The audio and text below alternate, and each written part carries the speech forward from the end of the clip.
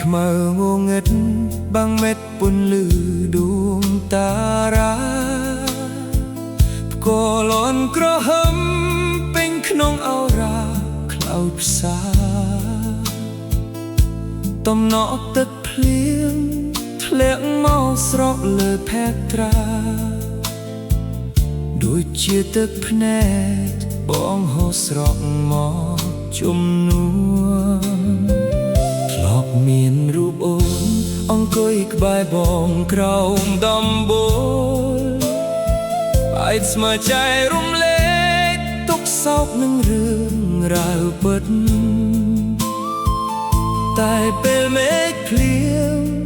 ឥឡូវបងនៅម្នាក់ឯងសំលឹងមើលមេឃចាំផ្លូវអូនត្រឡប់វិញភ្លៀងអើយភ្លៀងសូមជួយនាំសារចិត្តបងទៅប្រាប់នួលអងថាបងនឹកអូនខ្លាំងណាស់តំណក់ភ្លៀងនេះមួយគឺជារឿងរ៉ាវកន្លងដែលយើងធ្លាប់សាង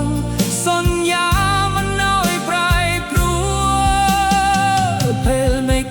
ម្ដងចិត្តបងរឹតតែខ្លោចផ្សានឹកដល់ជីវ៉ារកអ្វីមកព្រៀបមិនបានតើអូនដឹងទេពេលមេឃបងអូភ្លៀងមកចិត្តបងតែរងើរកកន្លែងអូនឈប់នៅ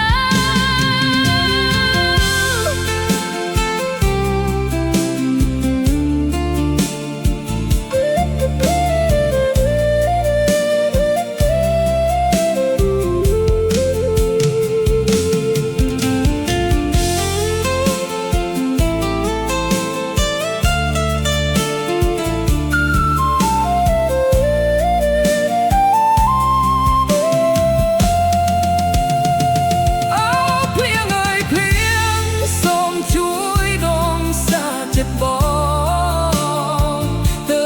ប្រាប់នួលអងថាបងនឹកអូនខ្លាំងណាស់តំណក់ភ្លៀងនេះមួយគឺជារឿងរ៉ាវកន្លងដែលយើងធ្លាប់សាងសន្យាមិនឲ្យប្រែប្រួលភ្លៀងអើយឈប់ធ្លាក់ក៏មកបងនឹកគេទៀតព្រោះពេលមេឃភ្លៀងបងនឹកអូនណានឹកអូ